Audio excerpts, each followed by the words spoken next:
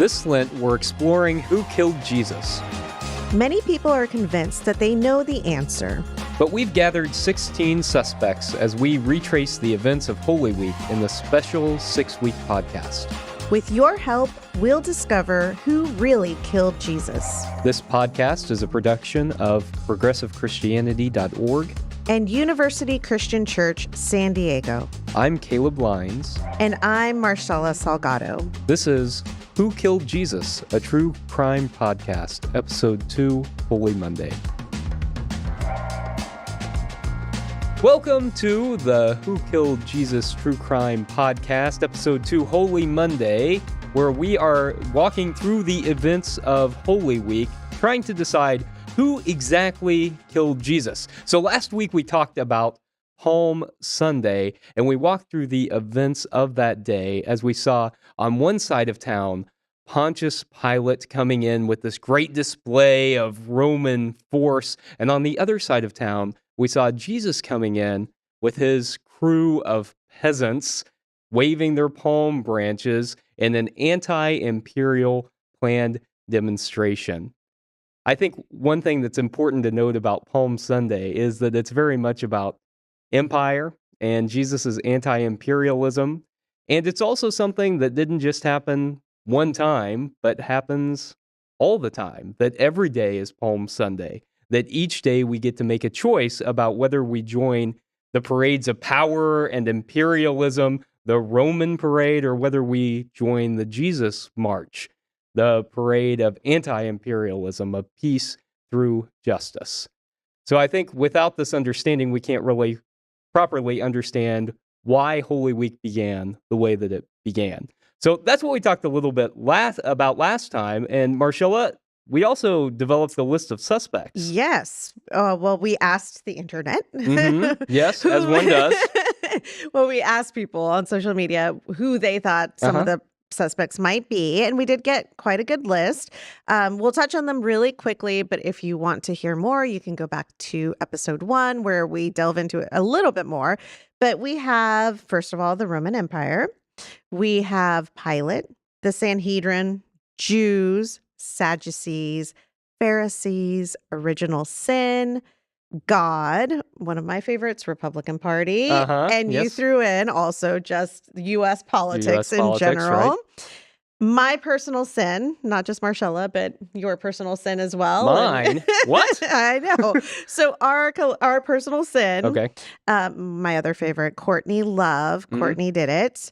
Judas, greed, disciples, Caiaphas, and the Roman Empire. So those were the suspects that were thrown out initially. I hear you might have a few new ones that people added. Oh, that's true. Yes. After last week, some folks added some other suspects. And so we kind of started to narrow it down last week a little bit.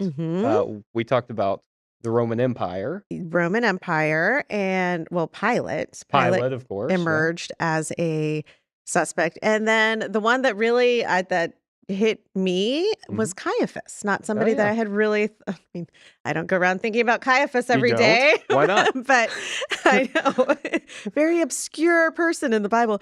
But Caiaphas emerged also. So those were, I think, the top 3. We talked about the Roman Empire, the Roman Emperor Tiberius a little bit too. But I think you're right that those are the top 3. And someone suggested, okay, but what about Herod Antipas? So Herod Antipas was the Roman tetrarch, or the tetrarch of the Jewish people, and he was controlling a portion of the land where Jesus was, including Galilee. And so this was not Herod, who we find in the birth narratives. That's Herod the Great. It's his son. And after Herod the Great stopped ruling, Herod Antipas got a portion of that kingdom. And he wasn't really King Herod. He was a tetrarch, but he did have some power. And at least one of the Gospels, the Gospel of Luke, talks about a possible role in Jesus's death. And certainly Herod Antipas is responsible for the beheading of John the Baptist, because John the Baptist criticized his merits. Yeah. Whoever threw that out knows their Bible facts. That's I right. just have to say. That's right. So that was a great one. I like that. We should probably add Herod Antipas to our murder board. He is listed in one of the Gospels as participating in Jesus's crucifixion. Okay. And two other responses I got were no one killed Jesus. No one killed Jesus. What? I guess I don't get it. Because he died. And so the thought was no one killed Jesus because he's still alive, because his presence, his spirit is still with us. I like that.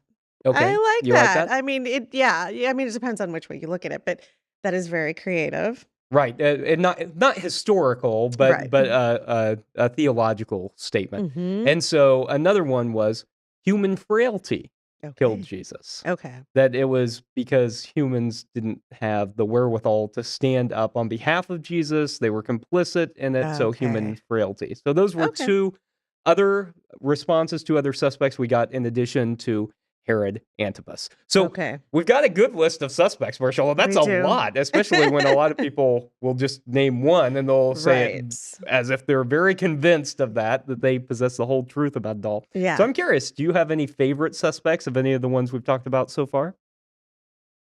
Well, Courtney Love. Courtney Love. Courtney Love will always be my favorite. Yes. Yeah. But and how do you think she did it? And how? Yeah, I don't know. Was it the cross?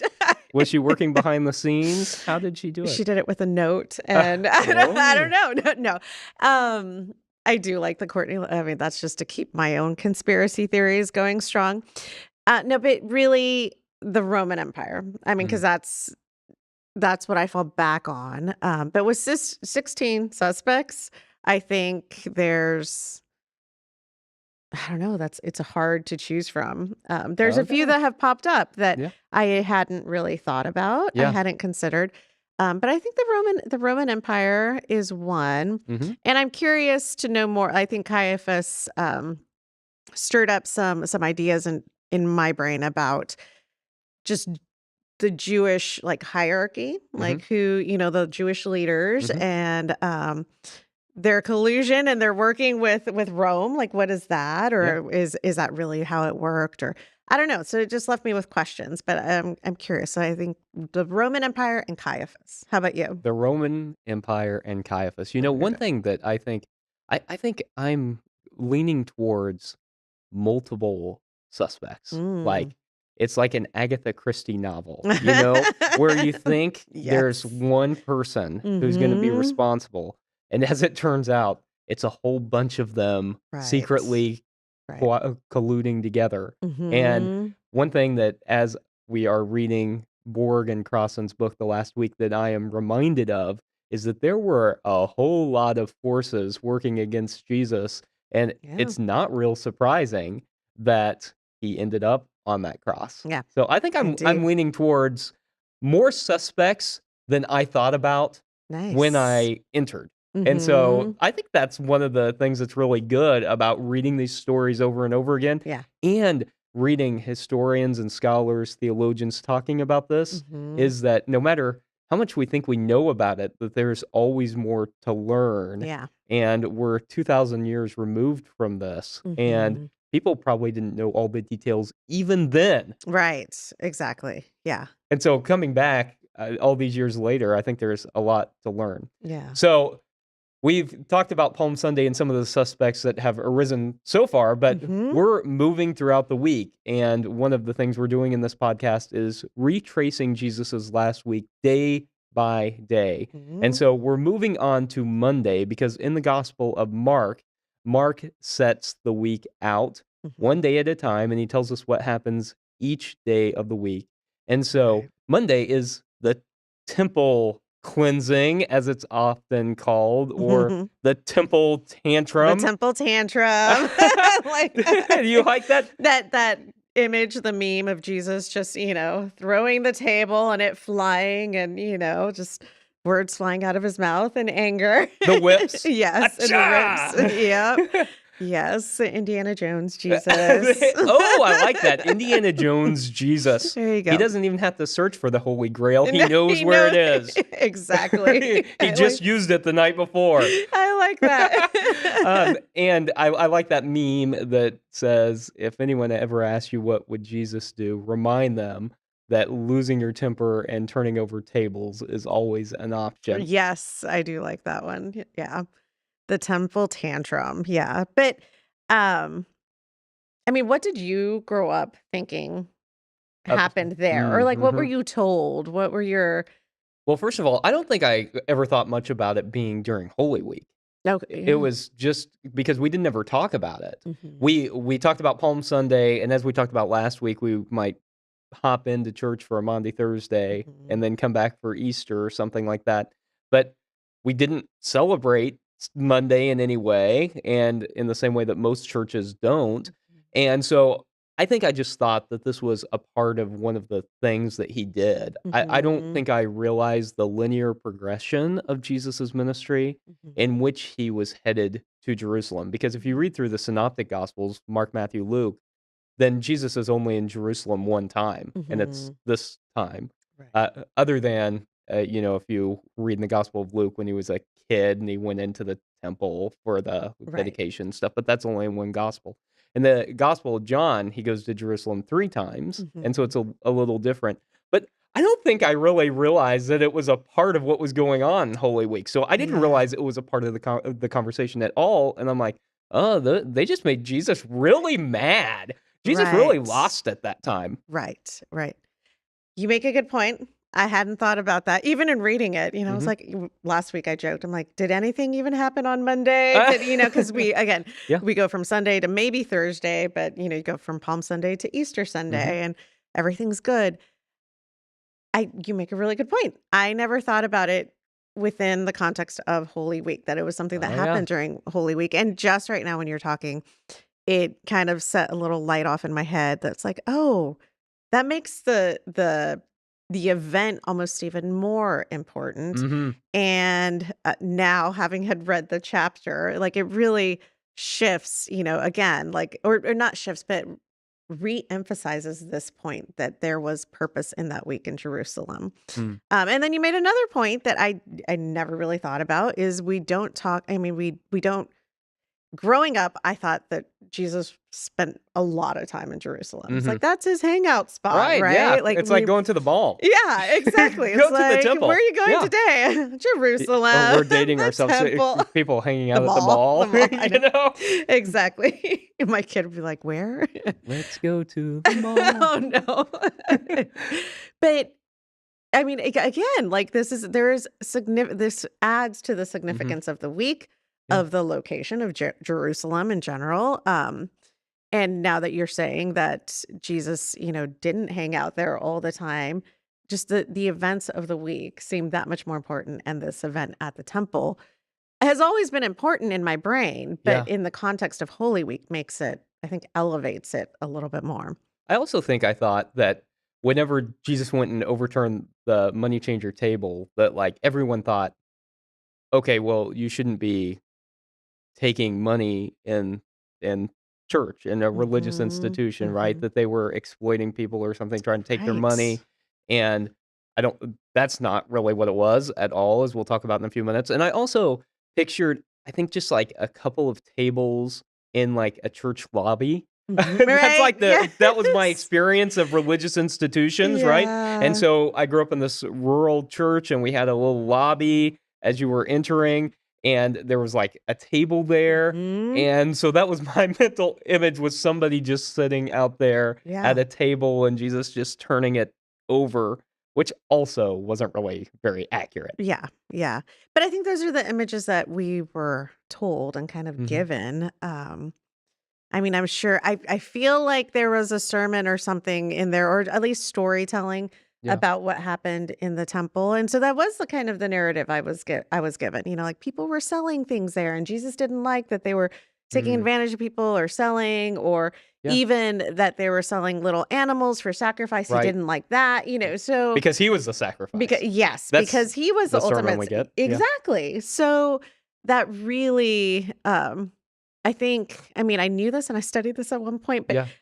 again, it's easy to fall back on ideas that I grew up with Yeah. sometimes more than what I've learned is historically accurate Yeah. or even prophetically accurate, Yeah. like this combination of, prophecy and history and just like Jesus knew what he was doing.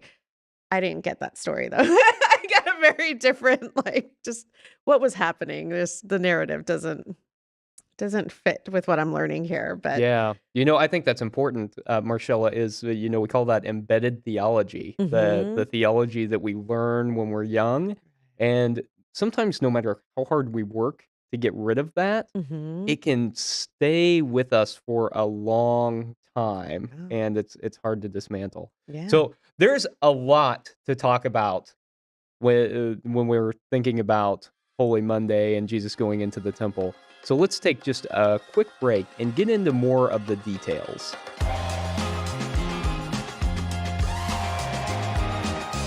Who Killed Jesus? A true crime podcast is a special 6-week exploration of who really killed Jesus and why. This podcast is brought to you by ProgressiveChristianity.org, celebrating 30 years of reclaiming Jesus' original message of justice, peace, and liberation while proclaiming an intellectually honest Christianity. And University Christian Church, San Diego, an authentic, inclusive, and progressive congregation in the heart of San Diego's Hillcrest neighborhood that declares God's love for all people.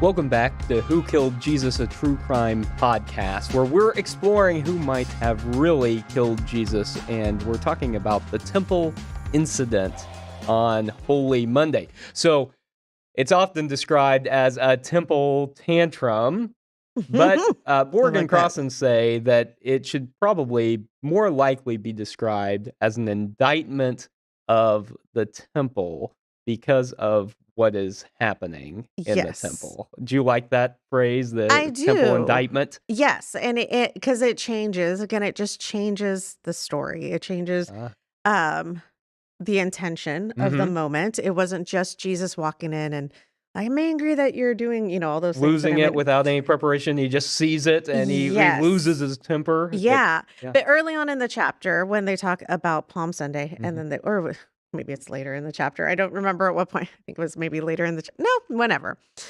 They talk about this being, like these two events can be seen as one big event. So Mhm. Palm Sunday and what happens in the temple, or it can be seen as two different events, but with the same intent, the Mhm. same purpose. So it really does change it for me. But I do have to say, Caleb, Yeah.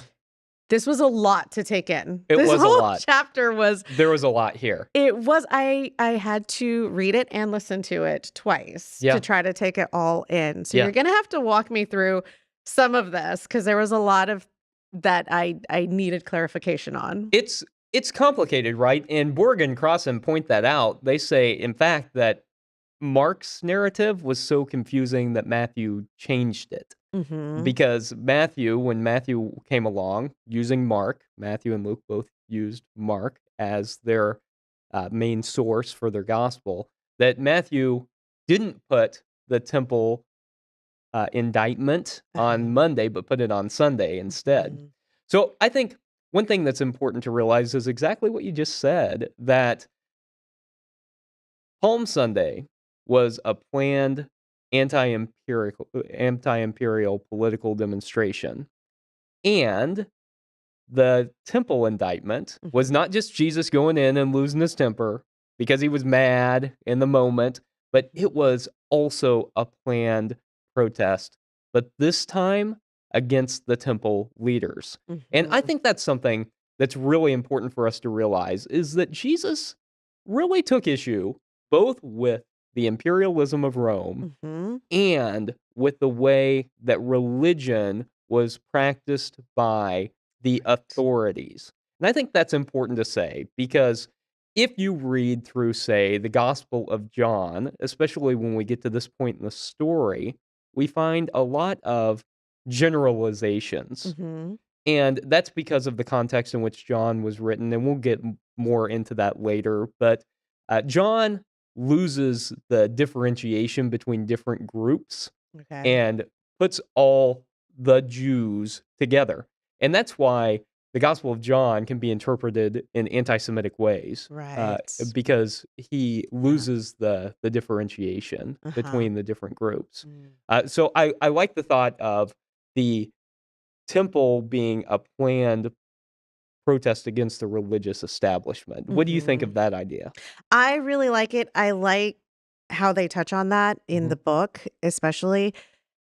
Because again, looking at the list of suspects, Yeah. it's thrown out there, and this is where we get a lot of the anti-Semitism, also like the Christian anti-Semitism, is the Jews. The Mhm. Jews were the ones that crucified Jesus, paying no attention to any structures of leadership that they might have had, and also kind of ignoring just the social structures and hierarchy. And like a lot of the Jewish community weren't rich, like they were the Yeah. peasants that hung out and followed Jesus, people Right. who were oppressed and marginalized. But that doesn't mean that they had, like they followed rules because they were told to follow rules, right? But Yeah. who was making up these rules, who was making sure that they didn't revolt and that they were always falling in line with the Roman Empire, Mhm. the Jewish leaders. Yeah. So they explain some of that in the book, and I Yes. I like that a lot because again, that changes things. In It's not the Jews as one big group, but then we're Right. looking at Jesus had took issue not with his faith and not with Yeah. his tradition, but with how people were abusing it, and those people being the leaders, the Jewish leaders. That's a really important distinction, especially when we remember that Jesus was Jewish. Right. From the day he was born till the day he died, he was Jewish. He never thought that he was starting a new religion. And Mhm. likely his followers didn't think that either because they were also Jewish, the ones who followed him the closest. So, one of the points that goes along with what you were speaking about is that there was this rigid notion of purity in the Mhm. ancient world. And Borg and Crossan don't talk about it a lot in the last week, but I think it's really important, and they talk about it in other writings, and that's that there was this rigid system of purity. Mhm. And if you came into contact with certain groups of people, you yourself became ritually impure, and it meant that you could not practice your religion. You couldn't go into the temple. And so if you came Right. into contact with people who had skin diseases, the Bible Mhm. calls it leprosy, but it's not Hansen's disease in the way Mhm. that we think about it today. It was just any number of skin conditions. Came into contact with a woman who was menstruating. Right. If you came into contact with people who were poor, they were Yes. considered ritually Mm. unclean. And so that made you unclean. And Mm. if you didn't make sure that you were trying to make yourself pure again, you would become chronically impure. Oh, So, wow. so you had to go through this very elaborate ritual. There were these ritual baths called mikvahs that Mhm. you would go in and bathe in and become physically and spiritually pure. Sound a lot like baptism, right? Right. Except, so that's one of the things that John the Baptist was talking about. Right. And so you would go through this mikvah, and then you could go and you could practice your religion.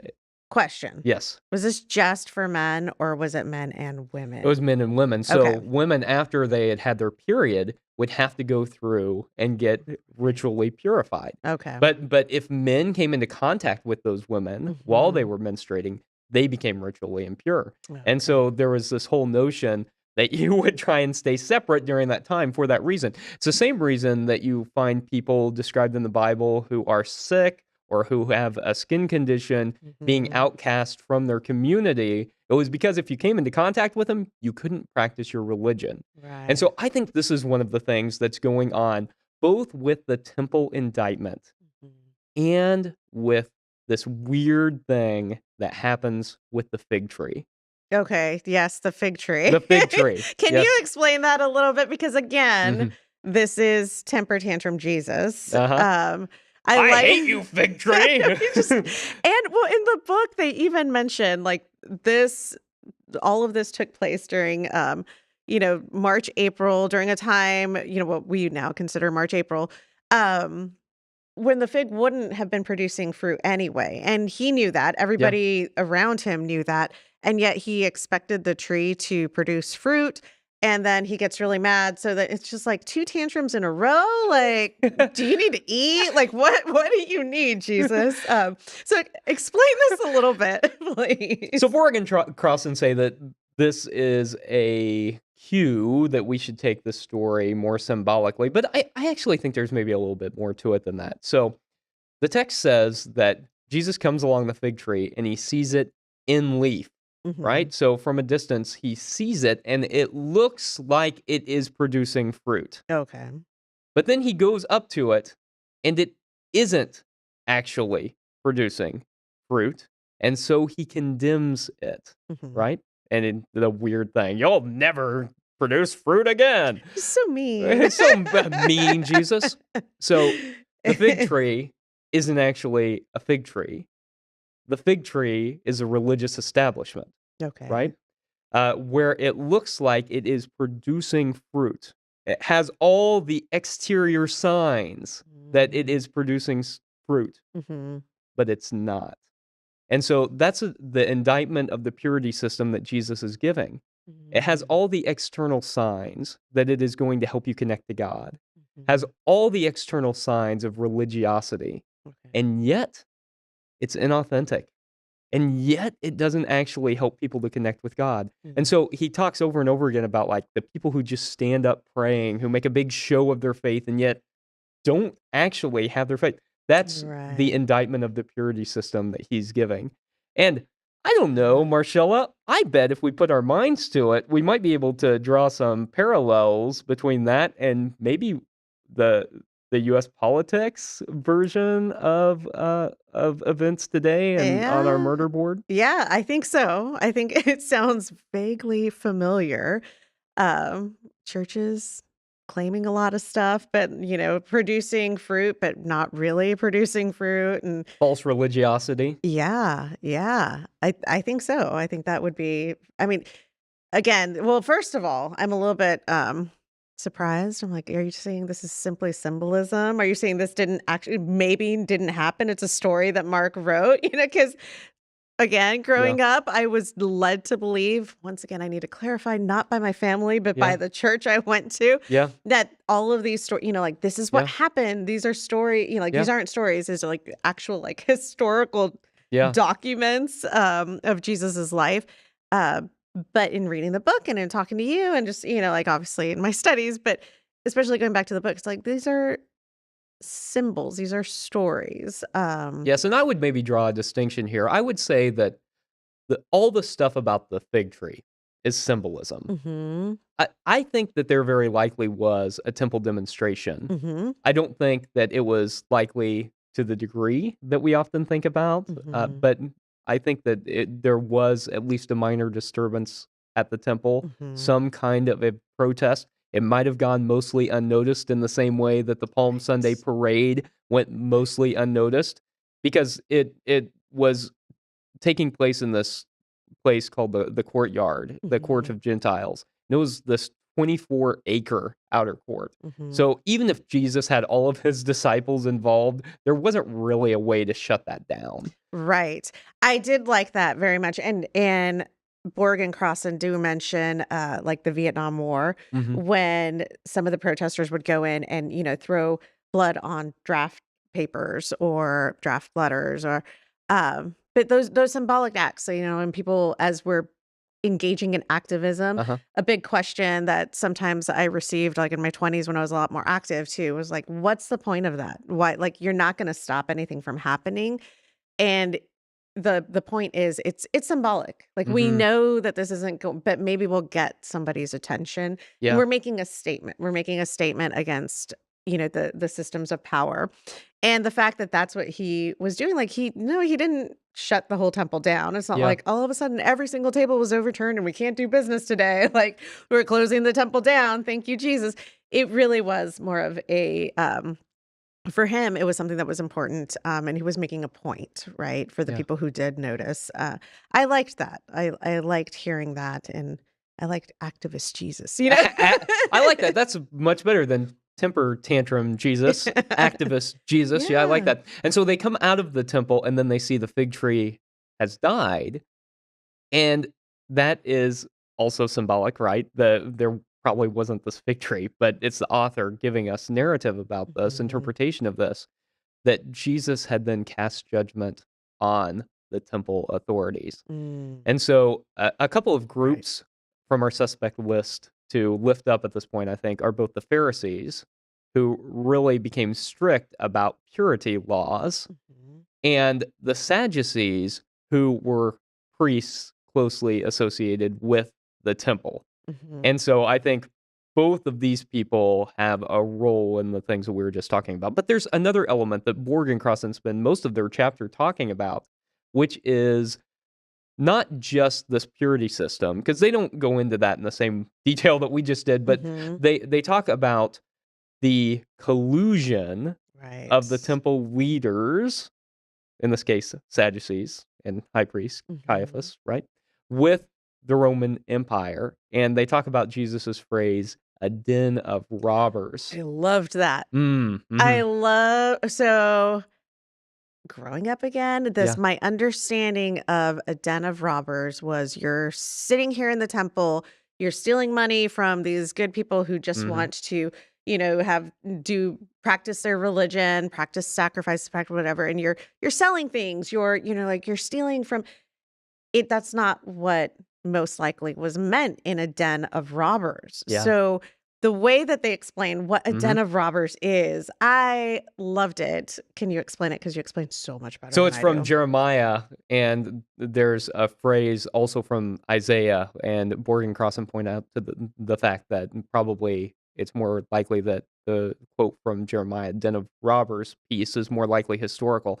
And so the Mhm. den is a place where you go to hide away. And so Yeah. you've got these colluders with Rome who are oppressing their people, who are stealing their money, Mhm. right? Who are actively oppressing the people, who are hiding away in the temple, like a Mhm. den, like foxes in the den. Mhm. And in that case, Jesus is saying that people are using their religiosity to disguise what they're doing as they hide away. And Right. I think ultimately, when we get right down to it, that's what Holy Monday is about. It's Mm. about condemning false religiosity. Right. It's an indictment of the religious leaders. Again, Mhm. not Jews in general, the religious leaders of his day who were imposing purity system, who were hurting the people that they were supposed to be standing up for.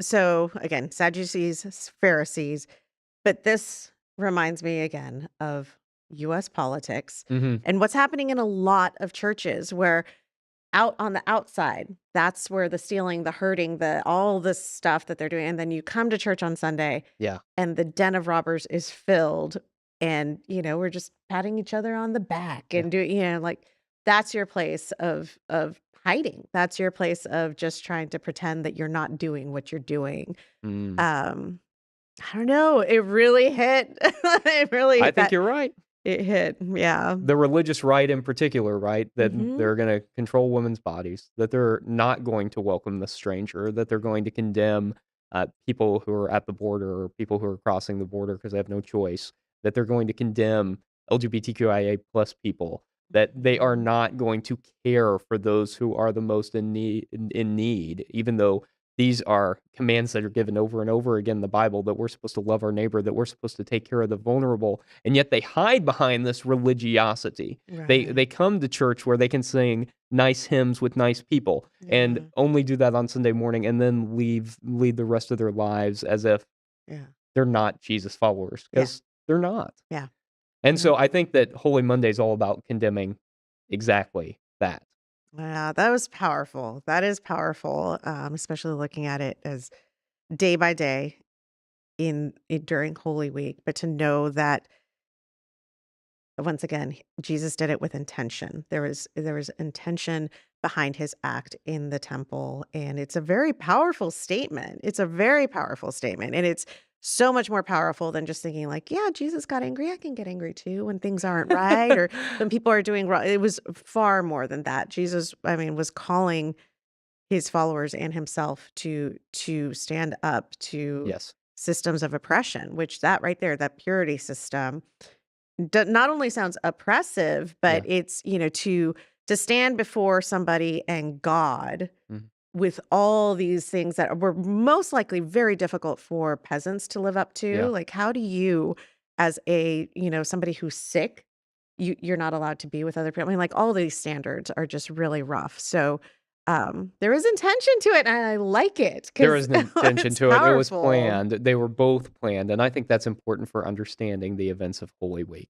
Hmm. So we've gone through Holy Monday today, and I think learned a lot and gotten some great suspects.